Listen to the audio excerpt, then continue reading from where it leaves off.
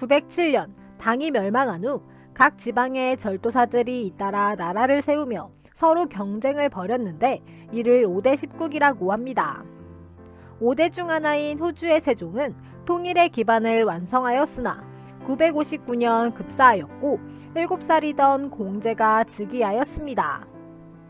나이 어린 황제가 왕위를 잇자 960년 군인들이 진교의 변을 일으켰고 호주의 금군 대장이었던 조광유는 부하들로부터 황제로 옹립되어 카이펑을 수도로 하여 송을 건국하였습니다.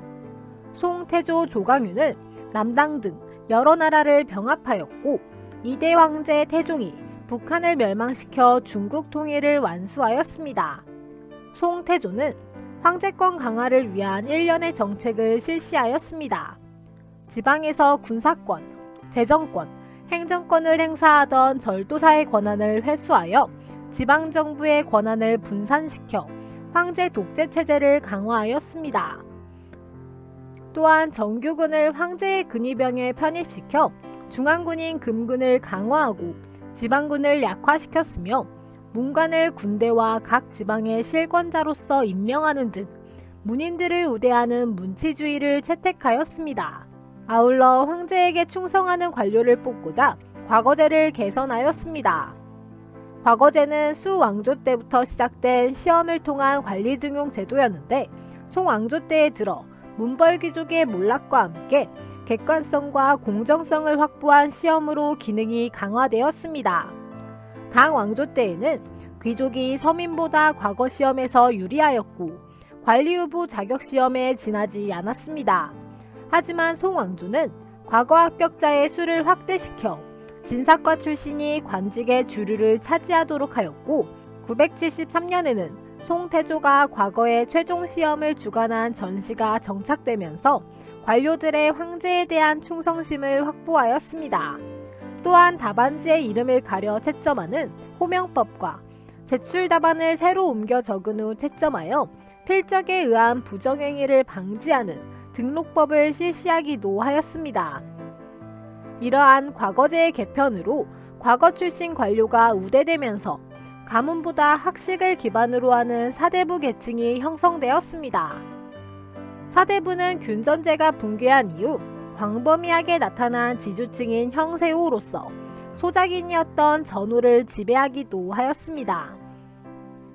사대부라는 지식인 계층의 형성과 학교 제도의 발달은 지식의 보급을 촉진시켰고 그 결과 유학 연구를 심화시켜 인간과 우주 만물의 본질을 탐구하는 성리학이 집대성되었습니다.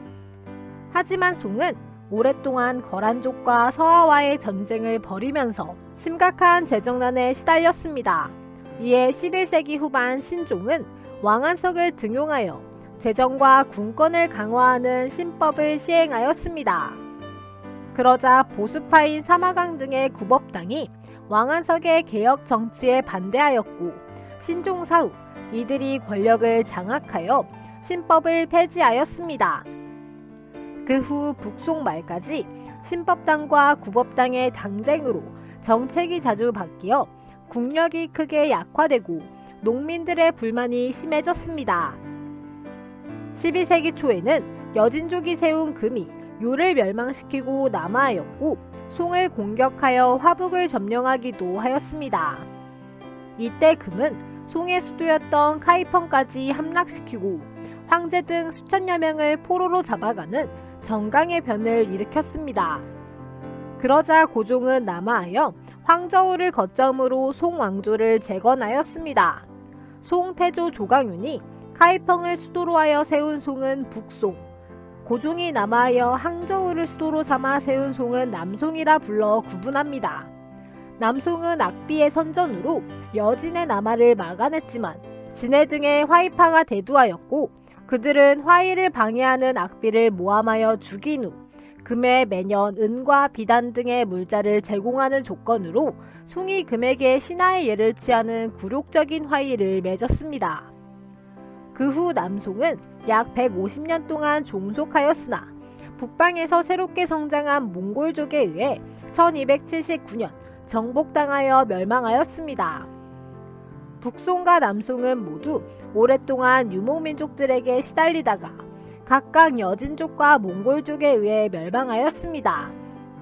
이는 그만큼 유목민족의 세력이 강력했기 때문이기도 하지만 북송일에 실시된 문치주의 정책에 따라 무인들에게 군사권을 주지 않았으며 지방군의 약화를 초래했다는 점도 송왕조의 멸망에 큰 영향을 끼쳤습니다.